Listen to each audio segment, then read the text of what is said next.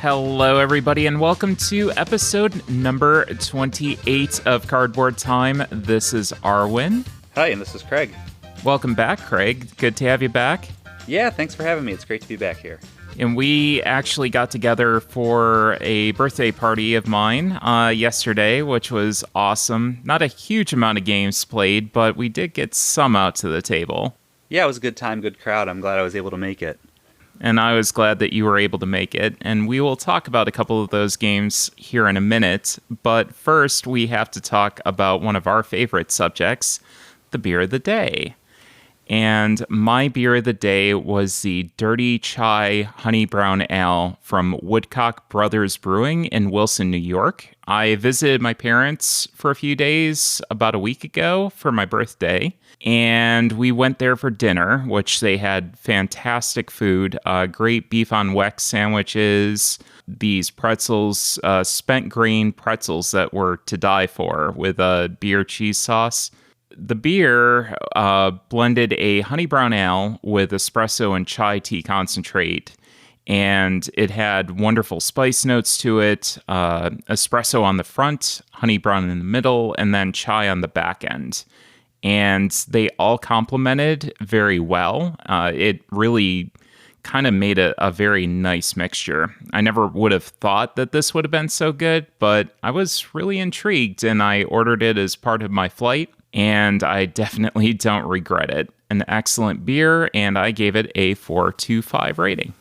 Was that sweet at all? That all sounds individually interesting to me, but it almost sounds like that would have been like a really sweet beer. It wasn't overwhelmingly sweet. It had a little sweetness, and I think it was just enough that it wasn't overpowering.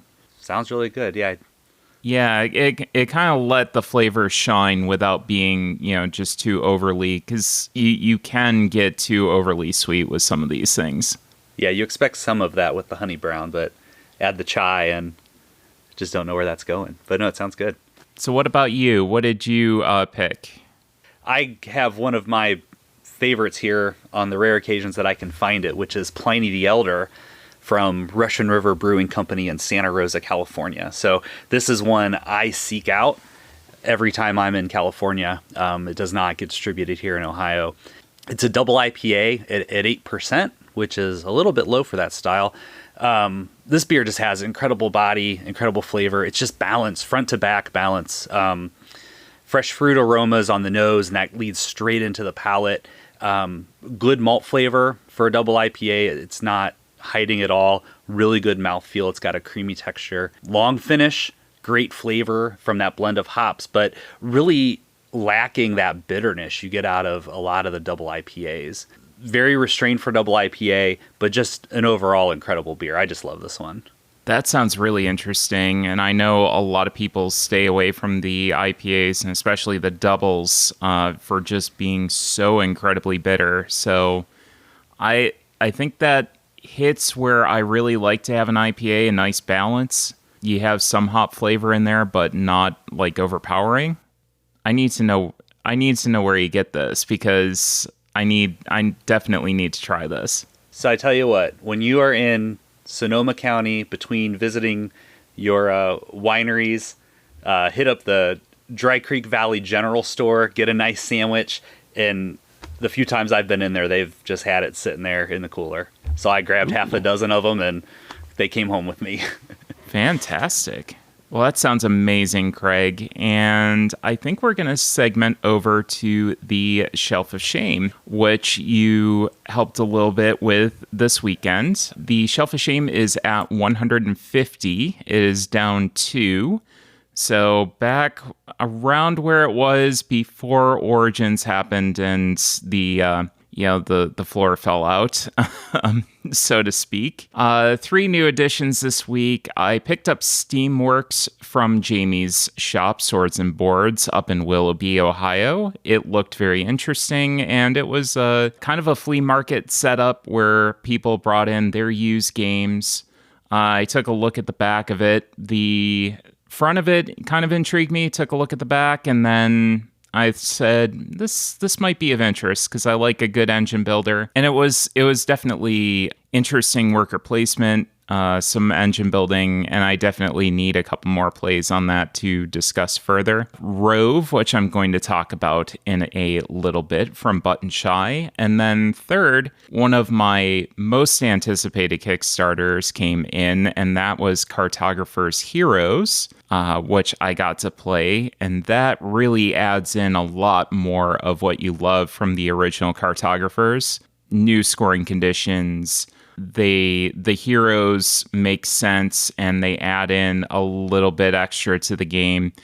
Colored pencils as well, which are very welcome and make a very pleasing board after you're done with them. So I need to play the new maps, but this is just basically more of what is already an excellent game. And as far as what I played 5 games, the aforementioned Steamworks, ROVE, and Cartographer's Heroes. We also played Gladius, but we played it with Jamie, and I think we're going to save that for the next episode when we talk with her. And then finally, I played Lawyer Up, which I will talk about later in this episode. And we also did get to play Quacks of Quedlinburg yesterday. Obviously not a Shelf of Shame item, but a big hit for everyone at the table. You know I don't like this one. Mm-hmm. No, this is good. This is only my second play of it, and the first time was with you. Was that 2019 Origins? Yep, at the hotel. Yeah, so this was good. Definitely just confirmed that I really enjoy this one. I have it. It's still in shrink wrap. It has been since basically right after that trip, and need to get it out more. Yeah, it's one that I wasn't sure how it was going to hit with everybody else at the table, because we did have, let me see, we had Rob and his son, who's 8, and then Mike was playing with us. Yes, Mike was playing with us. That's right. So 3 people that were new to the game. Mike has a lot of background with board games, so I didn't really worry about him, but Rob and his son actually picked it up fairly well. Rob just had to discuss some strategy with him, and I think Seb wound up beating Rob. And he actually had a really good lucky draw early in the game. He did. So he's 8 years old, and I think picked it up pretty good as far as the general rule set. Like you said, needed some help with strategy, but it was fun watching him as he got a little further in. And he was definitely developing a very conservative style of play with the pressure luck. But it was fun playing with him. It definitely was. Yeah, it didn't slow down the game at all either, which was nice.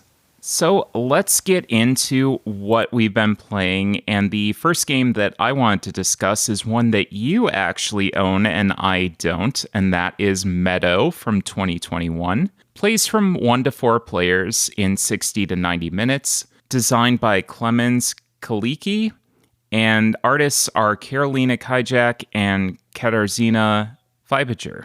Published by Rebel Studio. In Meadow, players take the roles of nature observers and take turns placing path tokens on one of the 2 boards. Placing a token on the main board allows the player to get cards, but playing them requires meeting certain requirements. Playing a token on the bonfire board activates special actions, which help to implement a chosen strategy, and gives the opportunity to achieve goals that provide additional points. Throughout the game, players collect cards in their meadow and surroundings area. At the end, the player with the most points on cards and on the bonfire board wins. So, Craig, what did you think about Meadow? First of all, it's just beautiful. The artwork's gorgeous. I love that there's unique art on all the cards, and just overall layout of the components of the board actually makes it pretty intuitive with what's going on. I think the symbology is good. I think the board definitely tells you where you need to put things, both from a setup standpoint and a gameplay standpoint. I think that's really good. From a rule set standpoint, very approachable. I think this is on the easy end of midweight. I think somebody that isn't really into gaming may find this complex, but for people with a lot of experience, I think the rule set's easy, but I think there's a lot going on. It's light on strategy. There's a few different routes you can take as far as having a lot of ground cards that maybe you build up a little bit, or maybe a few ground cards that you build up a lot, or you're trying to get all the goals, or whatever that might be. And you may want to do one strategy, but your initial card set leads you to another. And that's not a problem at all, because I think they're valid strategies. But you're always left with just these good, juicy decisions about what you want to do tactically. And I think a good chunk of that is driven by those turn tokens. So in a 3-player game, we each had 5 tokens, and you could use them either to get a card off the board or to do a special action. And the way that they interacted, where you could use one or the other, and then there were numbers on them. So you were selecting from the board, kind of like Quadropolis, where you'd pick a row or a column, and then based on the number on your token, you could go 1, 2, 3, or 4 cards in from there to grab the card you want. And then each of those tokens had a different special action. So, man, I might really want this card that's 2 spaces in, but I really want the special action that's on my number 2 token. And so you really had to plan out tactically what you wanted to do to get cards to either accomplish what you're trying to do from adding to your landscape, or accomplishing some of the extra things like going for the goals. I don't like games with super tight economies. I like ones where you feel like you can do a lot of what you want to do. And this was just right. So you always felt like you were making progress and you were getting a lot done on a turn, but you always wanted to do just a little bit more. So I think it was really just at that sweet spot for me with that. And then we also saw, and I really like this, that different strategies were working out well. I think you were going for, give me a big, wide, many ground cards and build them up a little bit. I think I had a tighter ground area. You and I both went for all the goals, and Rob went for none. And I know I'm watching this gameplay out, and I'm thinking so much like, how's he not going for these goals? See, there's no way he can win without these goals.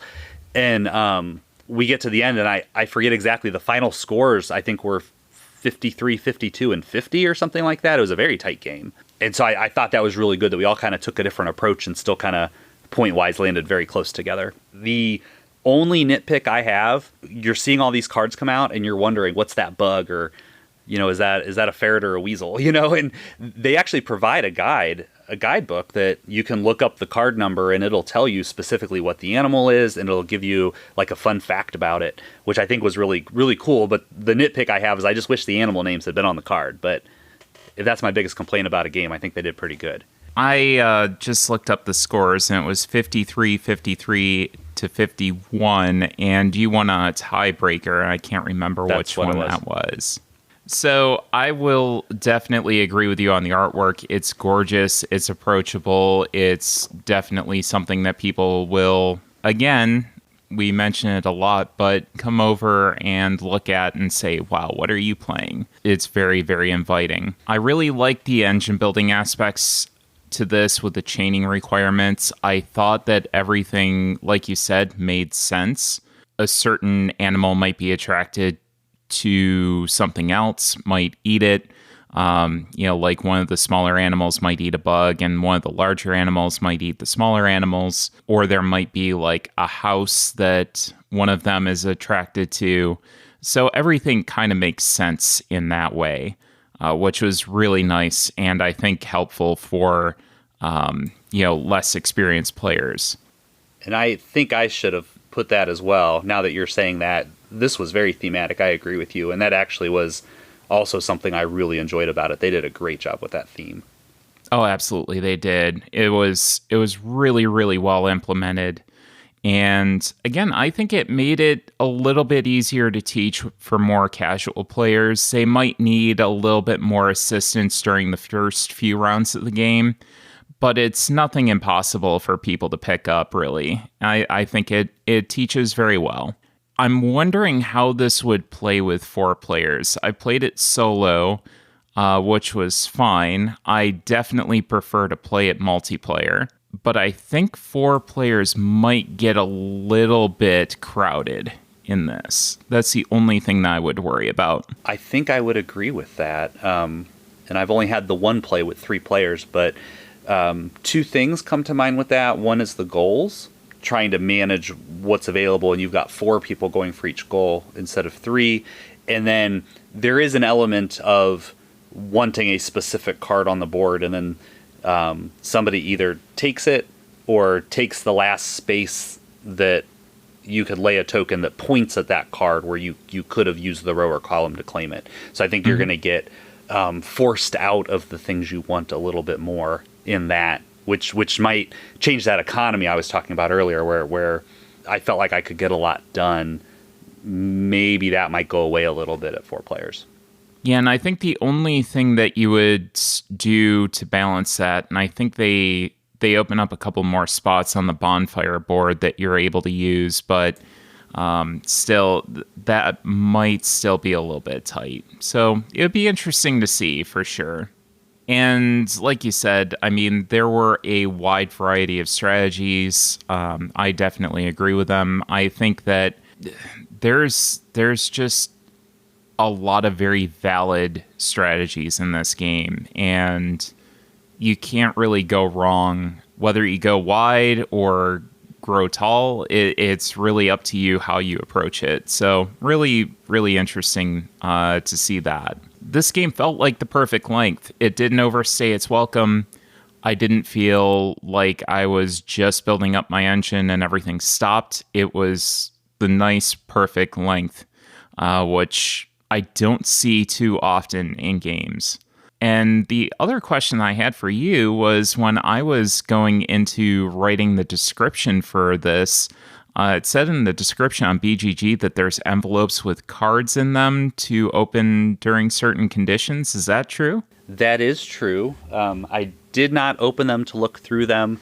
I glanced at the rules for them, and I would say it's like 4 micro expansions. So they all add a small rule or some extra cards or something along those lines. So I think for experienced gamers, really, we could have just opened all 4 of them and thrown them in for the first game, and it would have been fine.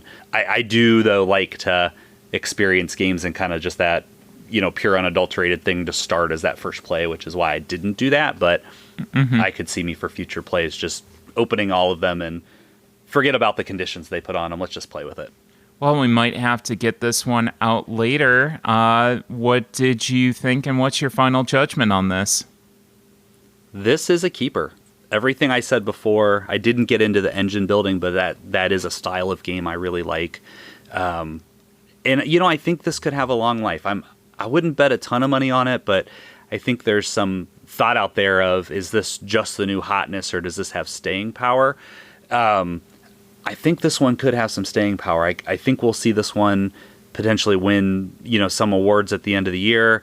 And I think it's with a solid company that's probably going to provide good support for it and reprints and things. So I think we could see this one going for, at least 5 years of good talk, if not longer than that. And I see myself playing it for sure for a long time.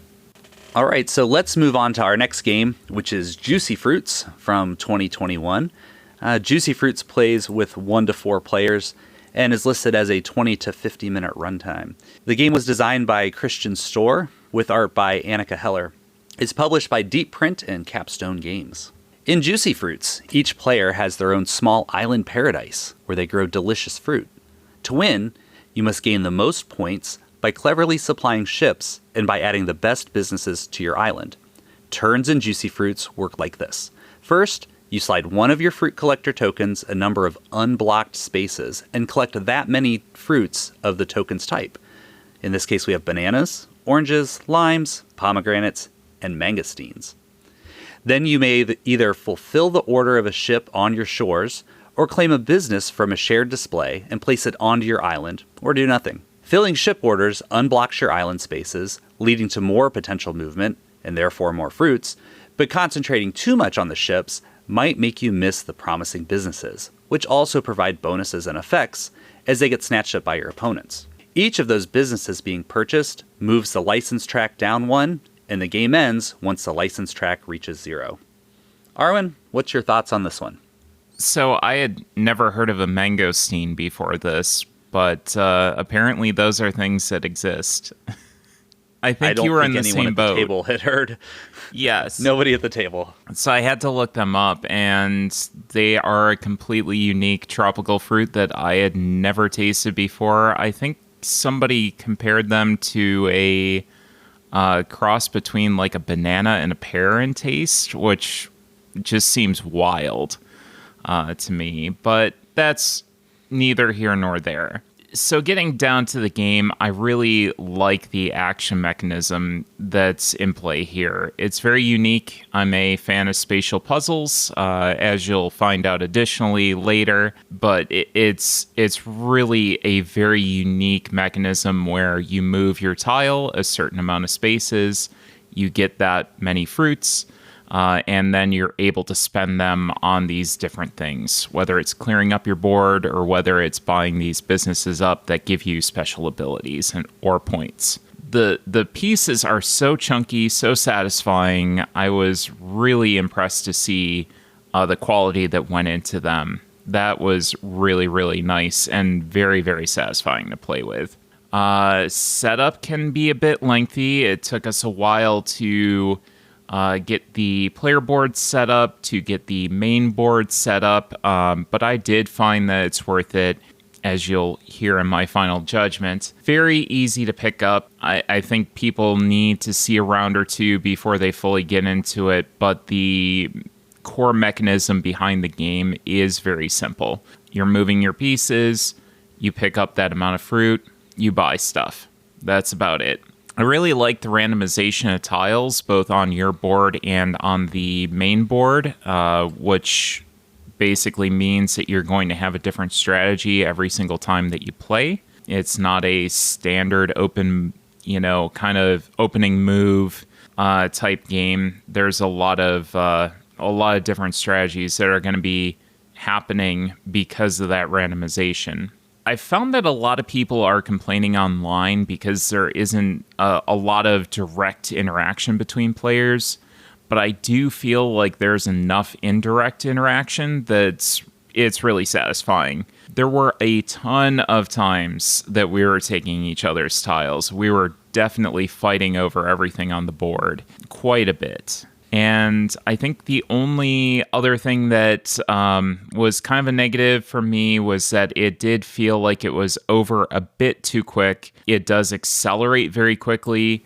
Your first opening moves are just kind of going through, getting fruit, opening up those spaces so that you can get more fruit. And then, once the game accelerates, it really, really accelerates very, very quickly. So, Craig, what were your thoughts? Overall, I liked it. I want to jump on what you said at the end there about, the quick acceleration and it goes. And I think there's almost two inflection points in this game. So you start the game by trying to clear pieces off of your board. Your board is crowded. You have to make room so that you can move that tile as far as you can, so you can maximize how much fruit you get in a turn. And you need to make room for other things that come. So there's an inflection point where you say, okay, my focus needs to move from clearing my board to buying stuff on the main table. And then from there, I think there's a second inflection point that I think got missed by most everyone. And I think my actual suboptimal strategy won because of this. But there's a point, and I would liken it to Dominion, right, where it's like I need to stop buying cards for my engine and start buying point cards. And I think there's a big mechanism in here where you're producing ice cream. It was ice cream, right? Mm-hmm. Well, yeah, you're producing ice cream with the fruit. And some of the businesses you buy, you can feed ice cream into them and make ice cream cones. And I feel like people didn't buy those early enough. And then even if they did have them, they didn't really start using them because they were still trying to do other things. And I think given the number of those available, I think there was probably an intention for that to be a pretty big point strategy there that nobody in our initial play went for. And so I won by just buying buildings that sit there and do nothing but just give you end-of-game scoring points, which I think was probably suboptimal, but it worked because nobody was going after the ice cream and actually producing ice cream. So what are your thoughts on that? I think you're 100% right on this. And I saw it and I could see where I was getting in too late. And I saw all those points. It just all of a sudden clicked for me towards the end of the game. And again, like you said, too late, that there were a ton of points that we were missing out on. There's also kind of the control of the game aspect too, that if you really feel like you can end the game quickly and win, you can just produce a bunch of, I can't remember what exactly it was. It wasn't ice cream. It was like shaved ice or something that used up just a lot of your same fruits. So if you had a huge fruit production engine, you could just go and jam those out, get a couple of points a piece for them, and really start cranking towards the end of the game.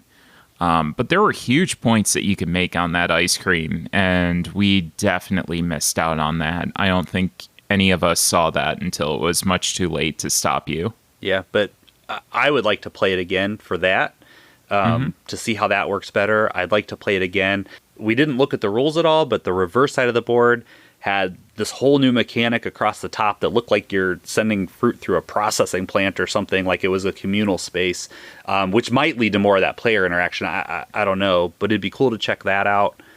But I liked it. The puzzle on your board, you're thinking through 6 or 7 moves ahead of how you're going to slide those tiles around to maximize your moves by getting stuff out of the way, either by moving it out of the way or getting it purchased off the board, so you just completely clear one more space on the board. And so that was a cool puzzle.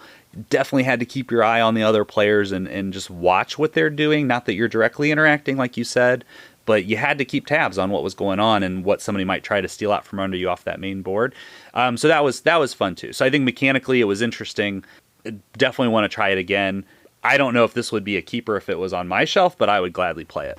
Yeah, and I would agree. I like this one quite a bit, and I need to play some more of it with you and some other groups and dive in just a little bit more, explore some of those aspects that we weren't kind of aware of to begin with. And then, like you said, that backside of just additional mechanics that might introduce a little bit more interaction too. I'm also looking forward to seeing what the solo mode has to offer. I know that there are some interesting backsides to some of the boards that give you some different options for solo play as well. So very, very interesting game. This one's absolutely staying on the shelf, and interested to see some more of Juicy Fruits. And the next game that I wanted to talk about was Borderlands Tiny Tina's Robot Tea Party from 2019.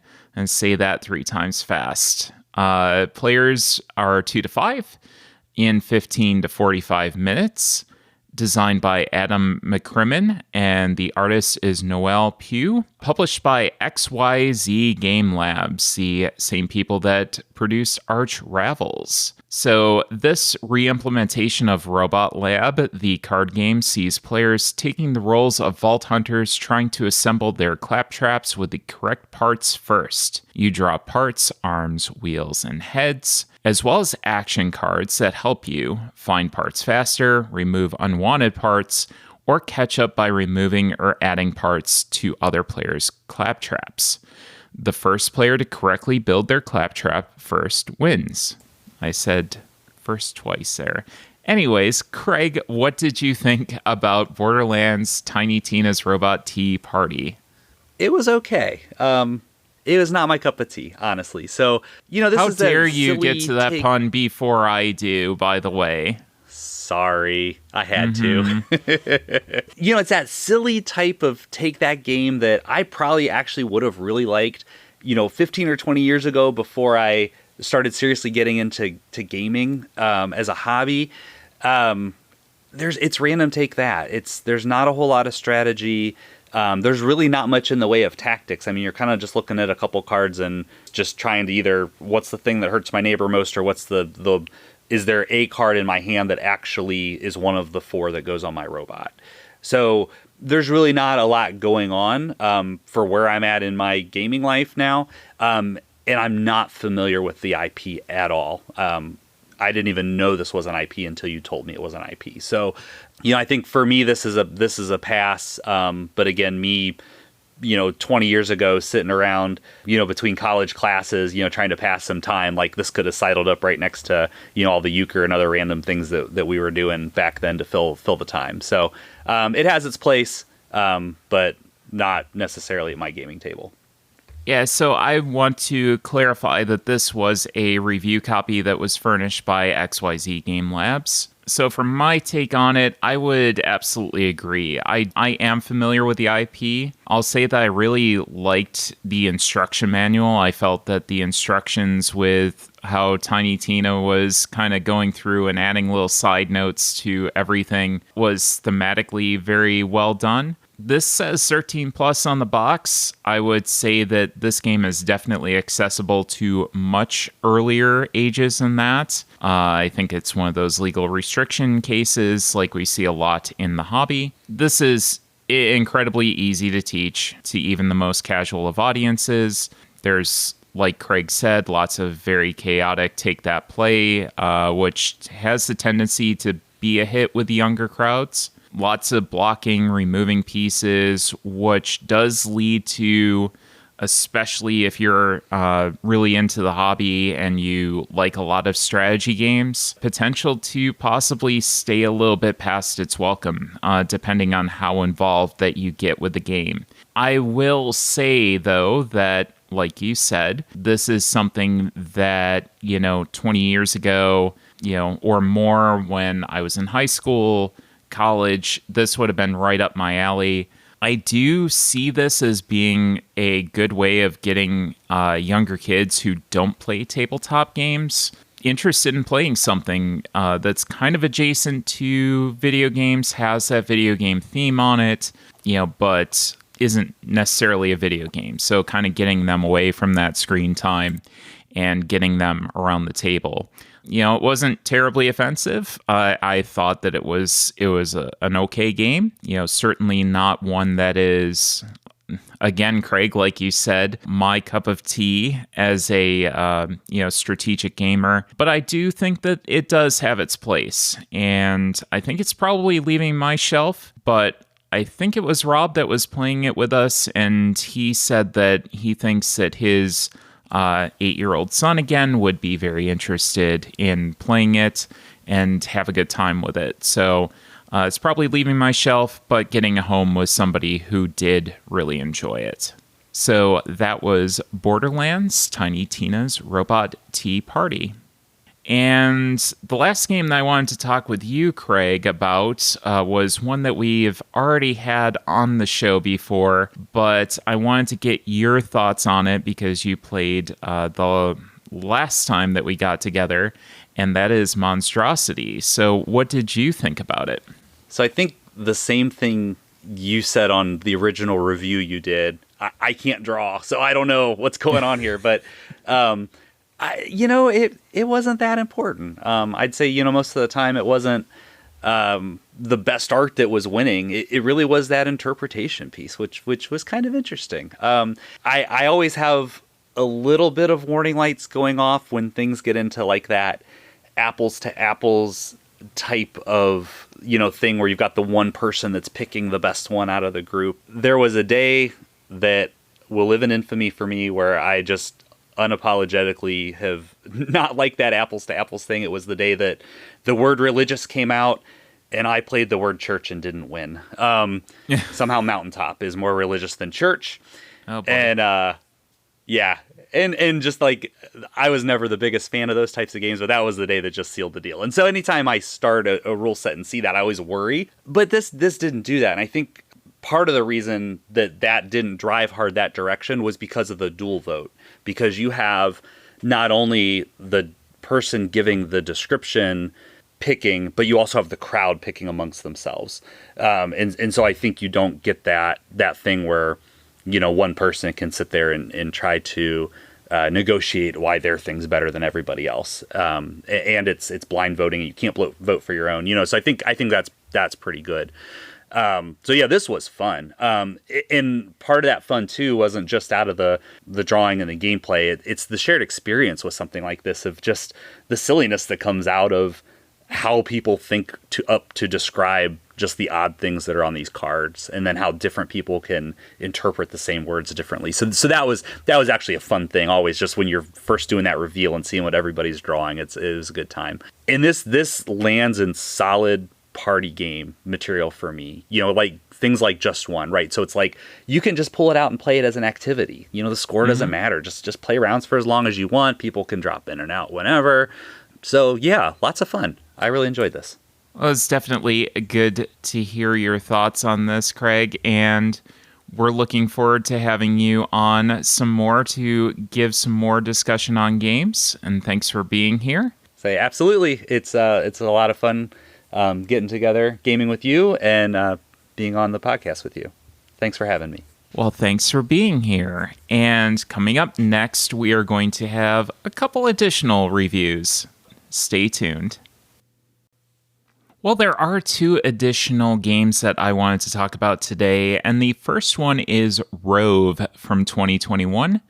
It is a solo game that plays in 15 minutes, designed and artwork by Dustin Dobson and Milan Zivkovic, and published by Button Shy Games. ROVE is a solo spatial puzzle game. In each game of ROVE, the player will face a series of mishaps that can only be solved by arranging the 6 module cards in a specific pattern. Moving a module requires movement points gained by discarding cards from your hand for the listed amount. Players may gain additional points if their current module layout matches the pattern shown on the discarded card.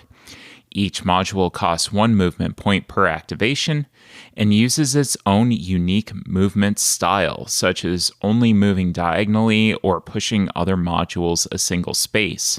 Modules also have powerful single-use abilities that can help get players out of a tight spot. Players will win if they can complete 7 mission cards.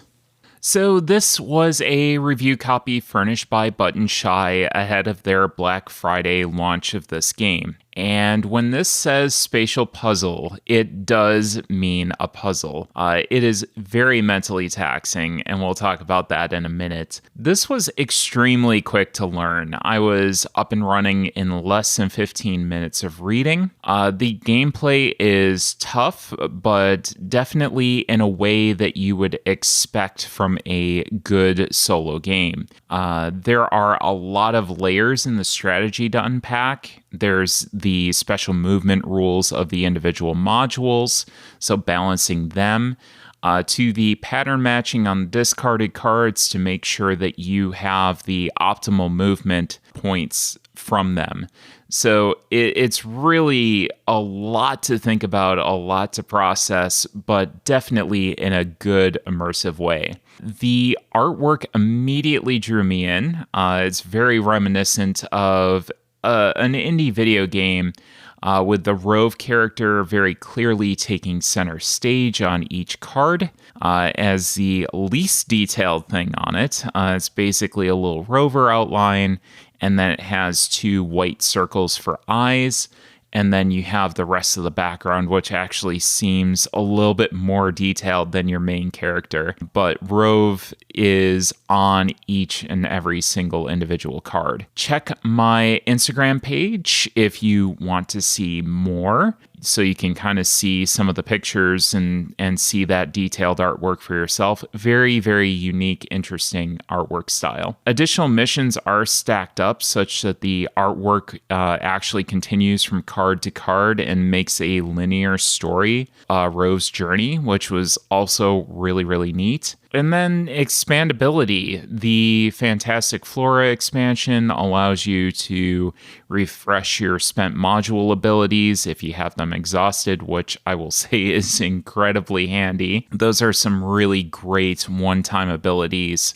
You're going to need them. So having the ability to flip them back over is really, really very handy. It introduces a endurance mode, which was very interesting to play as well. So I think the main drawback that I had to this game was that you do potentially need a lot of space to play without having to shift everything back into place. So much like a rover, your card grid is actually going to be moving around quite a bit. So you do kind of need to consider that as you're getting this out, making sure that you have a decent amount of space to be able to move those cards around.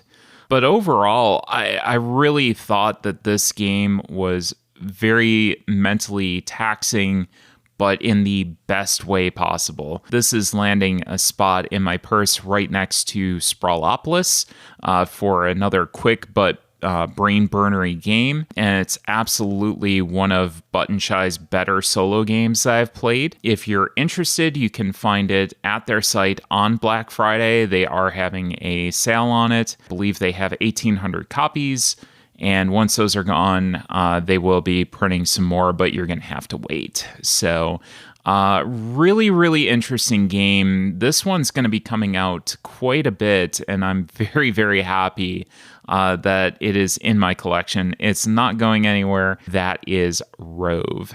And the last game that I wanted to talk about was Lawyer Up, and it plays from 1 to 2 players in 60 to 75 minutes. Designed by Samuel Bailey and Michael Nade, and artwork by Vincent Christians, Sean Simmons, and Matt Zellinger, published by Rock Manor Games. In Lawyer Up, players take on the roles of attorneys facing off against each other in a courtroom case.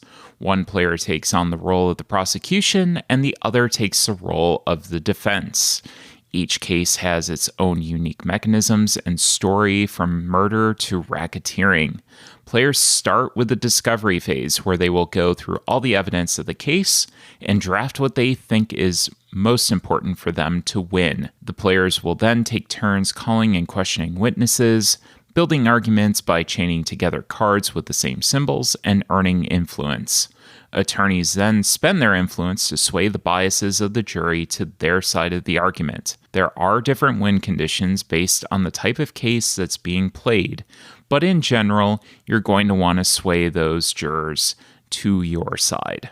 So again, this was another review copy that was furnished by Rock Manor Games, just to give you a heads up. I have not seen a theme of legal drama it really successfully implemented until now. This was a outstanding implementation of your courtroom drama. Very, very well themed. Really makes you feel like you're in a legal battle with your opponent. The mechanical core of the game itself is really a tug of war with the 12 different jurors. So basically trying to get everybody over to your side. That's really the essence of the game. There are some limitations I did see to this game. Since you do have to match a previously played symbol, players could be limited by a bad draw, and this was probably my biggest negative on this game. Not being able to line up symbols without terribly many mitigation options.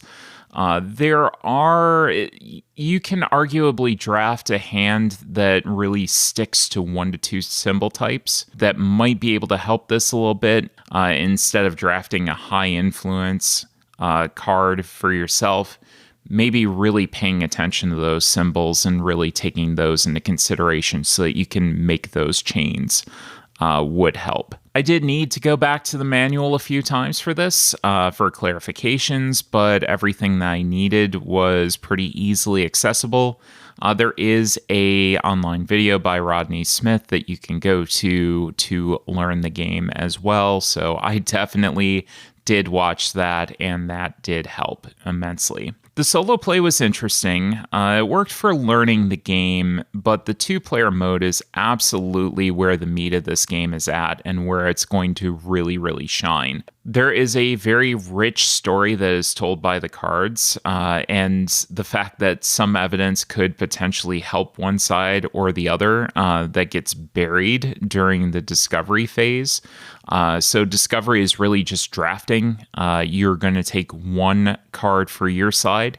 You're going to give one card to your opponent, and then you're going to bury one of those cards. And there is potential to get to those buried cards, but it's very much an exception. So the fact that you're kind of burying evidence and saying, we're not going to look at that, I think that was really cool. And it does help tell a new story every single time. You're going to see different evidence. You're going to see it played differently. And the theming of the cards and the way that story is told was really, really good. And this does feel like a game system that can go multiple different directions in both time and subject content. I know that there are 2 expansions that are out already, one dealing with witch trials and the other dealing with the mafia, I believe. So think of Chronicles of Crime and Time Stories. This can go in multiple different directions. And I think there's a lot of potential for expandability here, and there already has been some. So for my final thoughts on this, it's a wonderfully themed 2-player game, and I think I'm going to pick up some expansion content the next time I'm able to. So this one is absolutely staying on the shelf. That is Lawyer Up. And I think that's about all the time that we have for today. If you want to learn more about Cardboard Time, please make sure to visit our website at cardboardtime.com. Our Instagram and Twitter is at cardboard_time. You can look on Board Game Geek for our podcast page. And any questions, suggestions, or ideas for discussion topics, please email cardboardtime@gmail.com or get a hold of us on our other social media. And as always, thanks again for listening, and we'll see you in another 2 weeks for another episode of Cardboard Time. Happy gaming.